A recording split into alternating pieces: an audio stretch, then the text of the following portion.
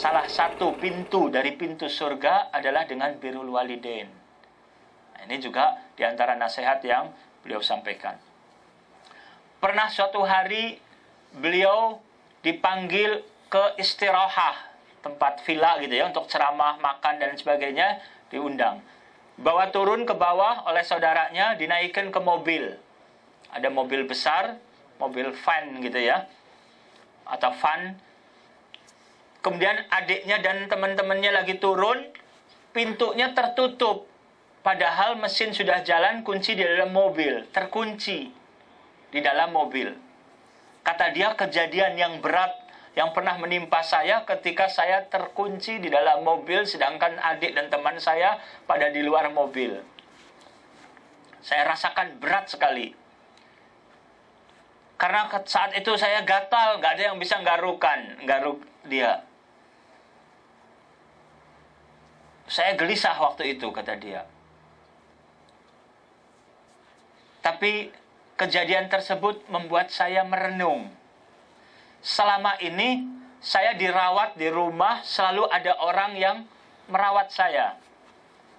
Tinggal di rumah ada orang yang merawat, ibunya. Hampir 24 jam boleh dikatakan ibunya merawat dia, belasan tahun.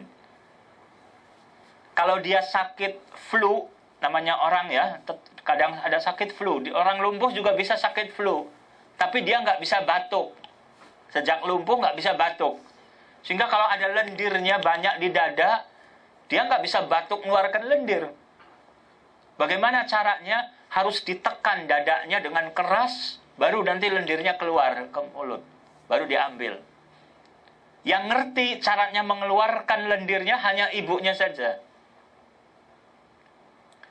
Dan dia nggak kuat dingin. Orang lumpuh nggak kuat dingin.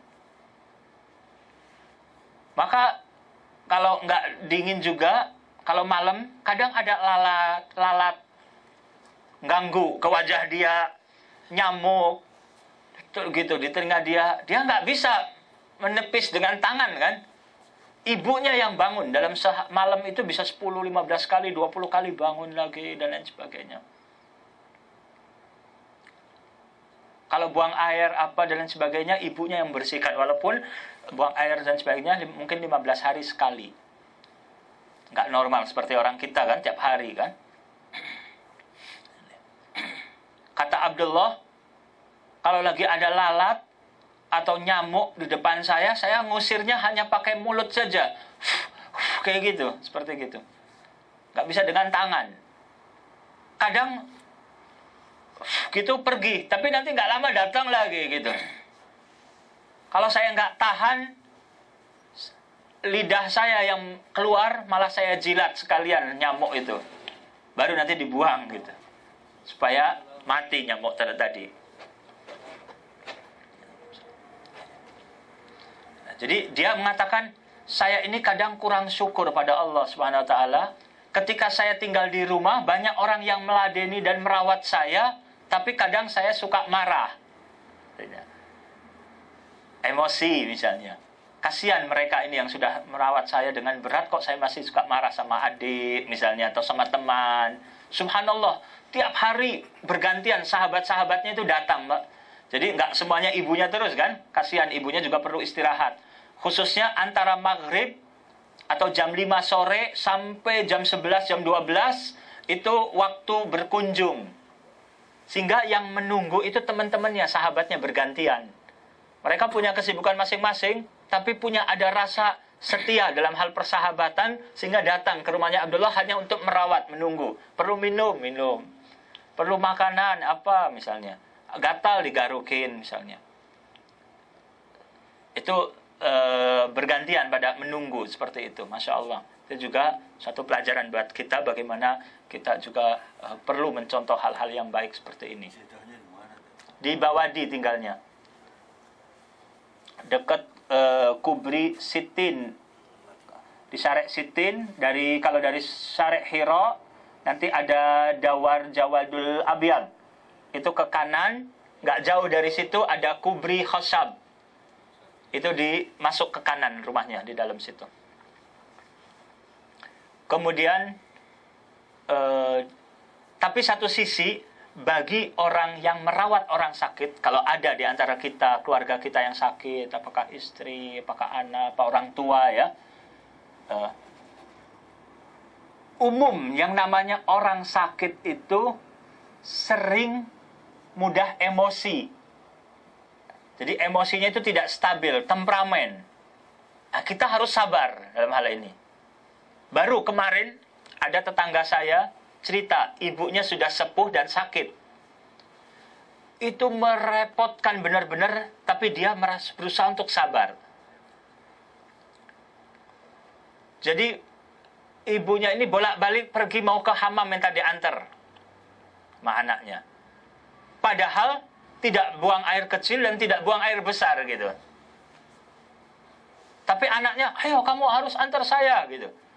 Padahal lagi bangun, misalnya habis subuh, misalnya, atau malam lagi dia tidur dan lain sebagainya dibanguni, tapi ternyata kalau benar-benar mau buang hajat atau apa, dia bilang nggak masalah, ini sih tidak gitu kan. Tapi itu ujian bagi anak. Ujian bagaimana kita sabar atau tidak. Jangan sampai kita terpancing mengucapkan kata dan lain sebagainya gitu, yang bisa menjerumuskan seorang kepada kedurhakaan. Itu sabar. Teman saya pun sama di Cirebon ataupun di Indonesia ya, punya istri, istrinya punya ibu, jadi mertua dari teman. Ini istrinya ini sangat sayang kepada ibunya yang sakit, dia yang merawat. Sedangkan saudara-saudara lainnya nggak ada yang mau menerima ibunya untuk merawat, nggak mau, merasa jadi beban. Tetapi si ibu yang ada menyumpahi si anaknya tadi yang bakti tadi, bahwa kamu anak durhaka, kamu anak durjana, anak jahat dan lain sebagainya. Sedangkan saudara-saudaranya yang nggak mau merawat ibunya dipuji-puji setinggi langit. Nah, ini ujian. Sampai nangis istrinya tersebut, takut kalau doa ibunya itu dikabul. Tapi ibunya sudah sepuh gitu ya, mungkin sudah pikun. Jadi mudah-mudahan tidak termasuk yang dikabul yang seperti ini.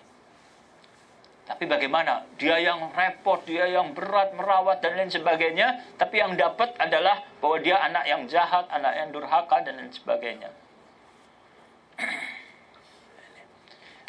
Kedua, Abdullah ketika terkunci dalam mobil, dia teringat akan alam kubur.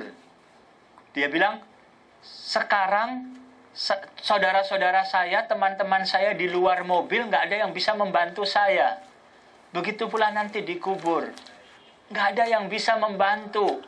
Keluarga kita, harta kita, nggak ada yang bisa membantu kecuali iman, ilmu, amal saleh kita. Kemudian juga beliau mengingatkan juga di surat Ibrahim. Dia juga di antara hal yang dia ingatkan ya, dia katakan hati kita ini masih sering terkotori dengan cinta yang sangat kepada dunia. Cinta yang sangat kepada dunia. Sehingga dalam kondisi musibah yang berat, kadang kitanya lupa kepada Allah Subhanahu wa ta'ala. Sebentar.